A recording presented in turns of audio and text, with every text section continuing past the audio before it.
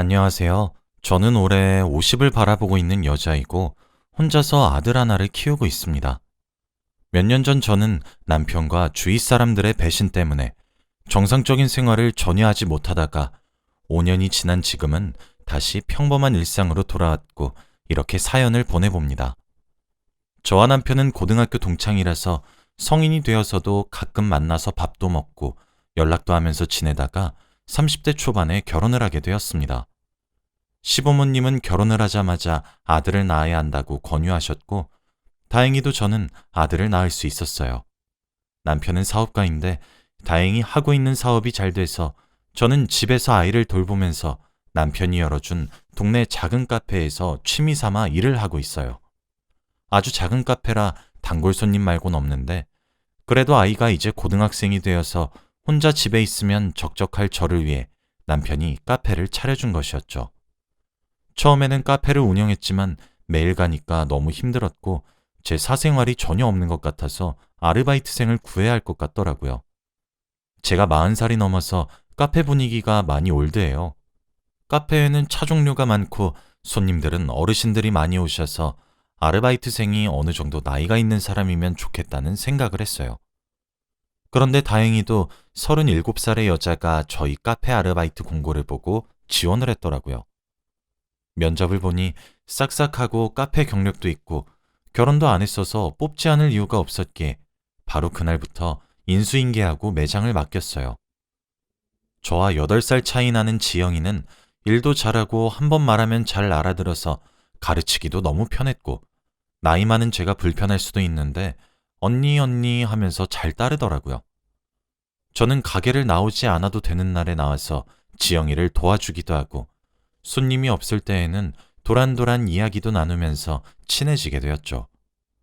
저는 지영이가 37살이 되어서도 남자친구도 없고 결혼도 하지 않았길래 왜 결혼을 안 했는지 물으니 이미 한 번 갔다 왔다고 하더군요. 남편의 가정폭력 때문에 이혼을 해서 그 트라우마로 남자도 못 만나고 결혼은 꿈도 못 꾼다고 합니다. 마냥 해맑아 보였던 지영이에게 그런 슬픈 사연을 들으니 너무 울적해지고 마음이 아파서 그날 지영이에게 술을 사주기로 했어요. 저는 나이가 있다 보니 술을 잘 먹지 않는데 그날은 지영이에게 술이 필요할 것 같아서 같이 먹으러 갔습니다. 저희 둘은 취기가 점점 올라왔고 마음속 깊은 곳에 있는 이야기까지 하게 되었죠. 지영이는 사업을 구상하고 있다고 하더라고요. 자기는 지금 사업 자금을 모으기 위해서 저희 카페에서 아르바이트를 하는 거고 늦어도 좋으니 사업을 꼭 해보고 싶다고 했습니다. 저는 불쌍한 지영이가 얼른 성공했으면 좋겠다고 생각했고 싹싹한 지영이 성격상 사업가라는 직업이 너무 잘 어울릴 것 같았죠. 생각해보니 저희 남편도 지영이처럼 정말 밑바닥부터 시작한 사업가인데 자수성가한 케이스라서 저희 남편에게 사업 관련한 기술들을 배워보라고 했더니 지영이는 너무 감사하다면서 제 손을 잡더라고요. 그때 마침 술에 취한 저를 데리러 온 남편이 술집에 들어왔고 제 옆에 앉았습니다. 저는 남편에게 여보, 우리 지영이, 불쌍한 지영이 딱 한 번만 도와주라. 응? 내가 정말 아끼는 알바생인데 당신 옛날 모습이랑 너무 비슷해. 지영이도 사업을 하고 싶대. 응? 제발 딱 한 번만. 응? 이라고 하면서 지영이에게 사업 멘토가 되어달라고 부탁했어요. 남편은 자기도 좋다며 자기가 배운 사업 정보들을 지영이에게 전부 다 알려준다고 했죠. 그렇게 지영이는 카페 아르바이트가 끝나면 카페 문을 닫고 저희 집으로 와서 남편과 함께 사업 공부를 했고, 집에 올 수 없는 경우에는 둘이서 전화나 카톡을 하면서 사업에 대한 공부를 열심히 하더라고요. 남편은 자기도 오랜만에 공부를 해봐서 사업에 도움이 될 것 같다며 일석이조라고 했고, 지영이도 이런 정보들은 정말 어디서도 구하지 못하는데 너무 감사하다고 했습니다. 지영이는 밤을 새어가면서 공부를 했고 점점 성장하는 모습을 보니까 왠지 모르게 기특하고 30대 후반에 공부를 하면서 꿈을 이루려고 노력하는 지영이의 모습을 보면서 저도 많이 배웠습니다. 점점 저와 지영이는 저희 집에 스며들었고 지영이가 드디어 사업을 시작했어요. 생각외로 지영이의 사업은 정말 잘 되었고 카페를 나올 틈도 없이 자기 회사 일로 굉장히 바빴죠. 남편은 선생님이 이런 기분이었을까 하면서 자기 학생이 이렇게 성장하니까 자기가 더 기뻤다고 하더군요. 지영이는 점점 더 성장해서 자수성가한 사람이라며 기사도 나고 잡지에도 실렸습니다. 저는 친한 사람이 이렇게 유명해지니까 너무 신기한 거 있죠? 하다못해 지영이는 TV 프로그램에 이제 막 사업을 시작하려고 하는 사람들에게 조언을 해주는 방송까지 나가서 이젠 멘토까지 되었습니다. 그런데도 지영이는 정말 착한 게 그렇게 성공을 해서도 저희에게 연락도 계속해주고 카페에도 자주 찾아오면서 늘 똑같이 초심을 잃지 않은 채로 저희를 대우해 주었어요. 어느 날은 제가 카페에 일을 마치기도 전에 저희 집에 와서 저희 아들과 남편과 밥을 먹고 있더라고요. 솔직히 한 테이블에서 셋이서 오순도순 밥을 먹고 있는 모습을 보니까 속상하긴 했지만 그래도 지영이는 저에게 친동생과 다름없었기 때문에 개의치 않았죠.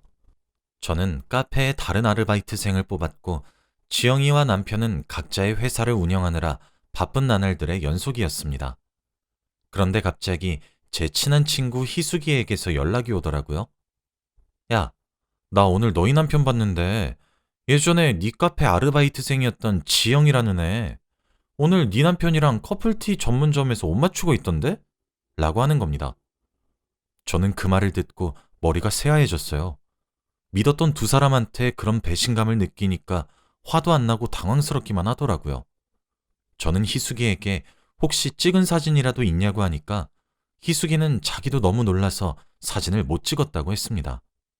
희숙이는 제 오랜 친구라 거짓말을 할 사람은 절대 아니기에 저는 희숙이의 말을 믿을 수밖에 없었죠. 다른 가게도 아니고 커플티 전문점이면 솔직히 말 다 했잖아요. 저는 두 사람이 같이 사업 정보를 공유할 때부터 사이가 깊어진 게 아닐까 싶었습니다.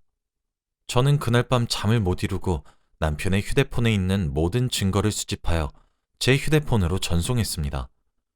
그리고 다음날 그 두 사람에게 당당히 증거를 들이밀었죠. 그런데 저한테 들통나자 지영이와 남편은 놀라지도 않고 오히려 예상하고 있다는 반응을 보이면서 이제 알았어 언니? 너무 늦은 거 아니야? 라고 하는 게 아니겠습니까? 저는 당당한 태도의 그들을 보니까 너무 화가 나서 남편과 지영이에게 나 시댁에 알릴 거야. 그리고 고소까지 다 할 거야. 라고 하니 지영이가 비웃더라고요. 언니, 시댁에서는 살림만 하는 주부를 좋아할 것 같아? 아니면 나 같은 돈 잘 버는 사업가를 더 좋아할 것 같아? 라고 하더라고요. 남편도 그저 미안해. 이 말이 다였어요. 제가 생각해봐도 제가 아는 시댁은 당연히 지영이를 좋아할 것 같았기에 말문이 턱 막혔습니다. 지영이가 가정폭력을 당해서 헤어진 전 남편 이야기는 다 거짓말이었어요. 처음부터 유명한 사업가인 저희 남편에게 사업 꿀팁을 얻기 위해서 제 카페에 접근한 거였고 저에게 동정심을 유발한 거짓말이었습니다. 저는 반성하는 태도가 전혀 없는 그들을 두고 집으로 돌아와서 혼자서 펑펑 울었어요. 그런데 도저히 남편과 이혼은 못하겠더라고요. 저와 가장 친한 동생과 그렇게 불륜을 저질러도 아들이 이제 고등학생이니까 한참 예민할 시기였기에 쉽게 가정을 깰 수 없었습니다. 그리고 저는 아직 남편을 많이 사랑했던 것 같아요. 저는 희숙이에게 찾아가서 술을 마시면서 고민을 이야기했죠. 희숙이는 저에게 진심 어린 조언을 해주면서 남편 욕을 한 바가지로 해주었고 그날 저는 눈물 콧물 다 흘리면서 희숙이에게 안겨 내 이야기 들어줘서 고맙다며 너 같은 친구 있어서 너무 행복하다는 말을 했습니다. 희숙이는 친구 사이인데 뭐 우리가 그냥 친구야? 앞으로도 힘든 일 있으면 나한테 다 말해 라고 했어요. 저는 믿었던 지영이에게 복수를 하기 위해서 기자들 앞에서 모든 것을 폭로했습니다. 지영이는 성실하고 착실한 이미지로 많은 사람들에게 존경의 대상으로 알려져 있는데 제가 저희 남편과의 불륜 사실과 지영이가 했던 말과 행동들을 자세하게 다 기자들에게 말을 했더니 기사가 정말 자극적으로 나가더라고요. 저는 한 언론사에서만 이야기했는데 그 기사 하나가 정말 널리 퍼져서 한순간에 지영이의 SNS는 악플로 가득해졌고 지영이의 이미지는 완전 망가졌죠. 저는 기사를 쓴 기자에게 만약 이 일이 유명해진다면 다른 이야기도 더 해주겠다고 말을 했었는데 그 말이 기사에 그대로 실리니 기사 댓글에도 얼른 더 알려달라고 재촉하더군요.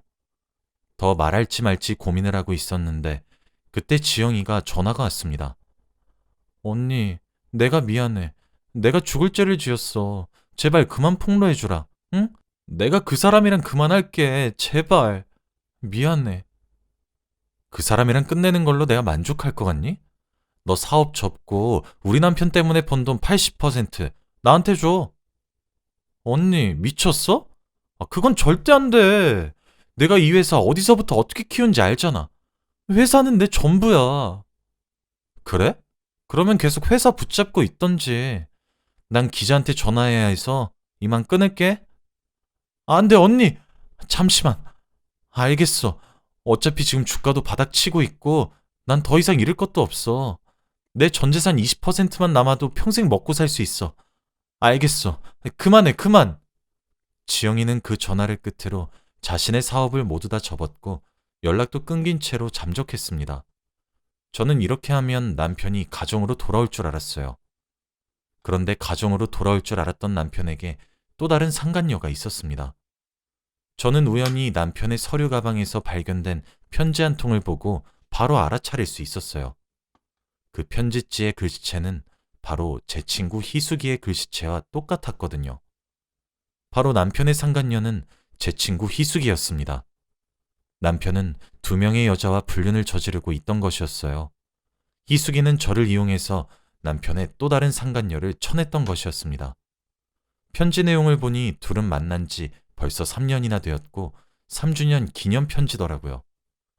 이미 둘은 늙으면 멀리 시골로 떠나서 같이 살 계획까지 세우고 있었고 얼른 저와 이혼을 하라는 말까지 쓰여져 있었습니다.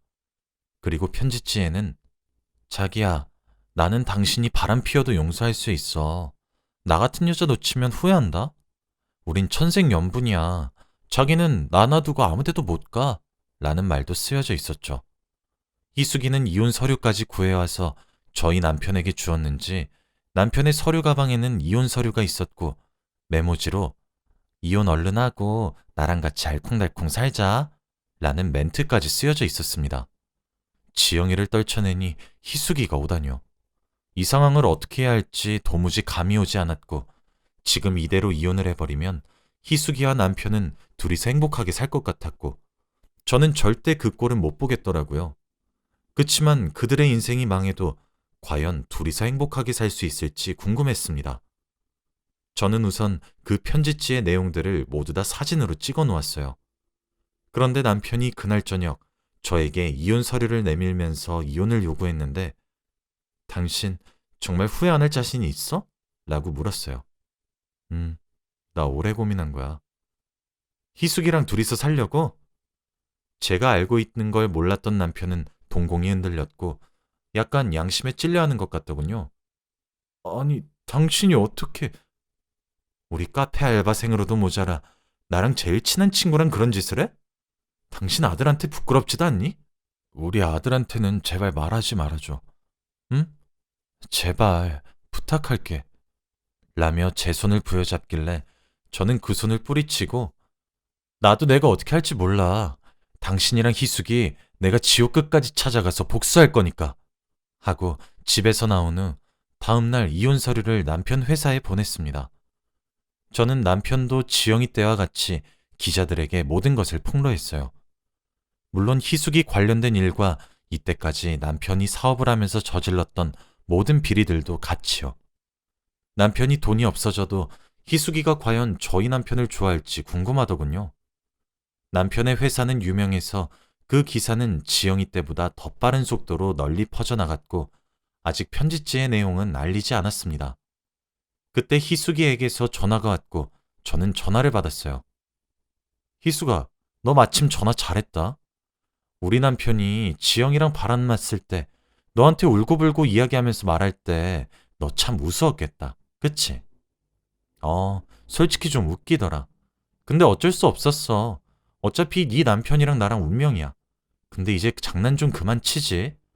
네가 20살 어린애도 아니고 우리 40대야. 나이값 좀 해. 언제까지 그렇게 남의 도움으로 살아갈래? 기사군 내릴 거야. 너 고소할 거고. 기자들 돈만 몇 푼 쥐어주면 입 싹 닫아. 나이값 못하는 건 너 아니니? 희수가, 나 아직 시작도 안 했어. 지금 반응 봤지? 나 기자들한테 네가 우리 남편한테 3주년 기념으로 쓴 편지 아직 안 보냈거든? 그거 보낼까?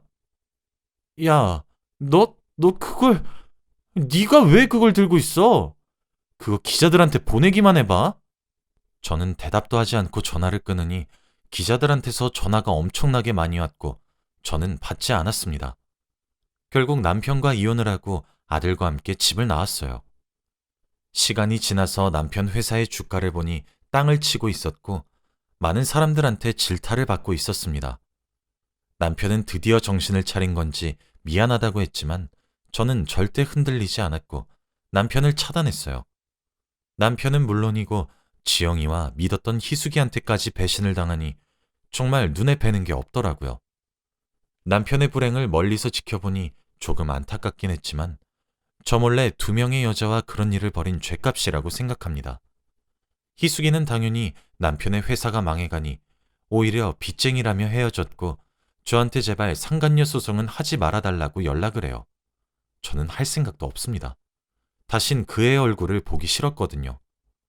그런 아빠를 두는 것보다는 혼자서 저희 아들을 키워나가는 것이 오히려 아들에게 도움이 될 것 같아서 절대 만나게 해주지 않으려고 합니다.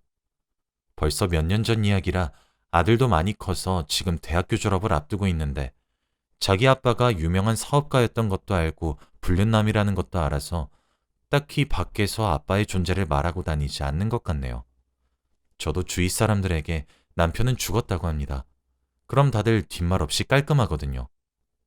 남편의 두 명의 상간녀가 저에게 너무 충격이라 그날 이후로 계속 사람들이랑 못 어울리겠고 카페 일을 하다 보면 손님들이랑 말을 섞을 일이 많은데 그것조차 못하니까 일상생활에 지장이 오더라고요.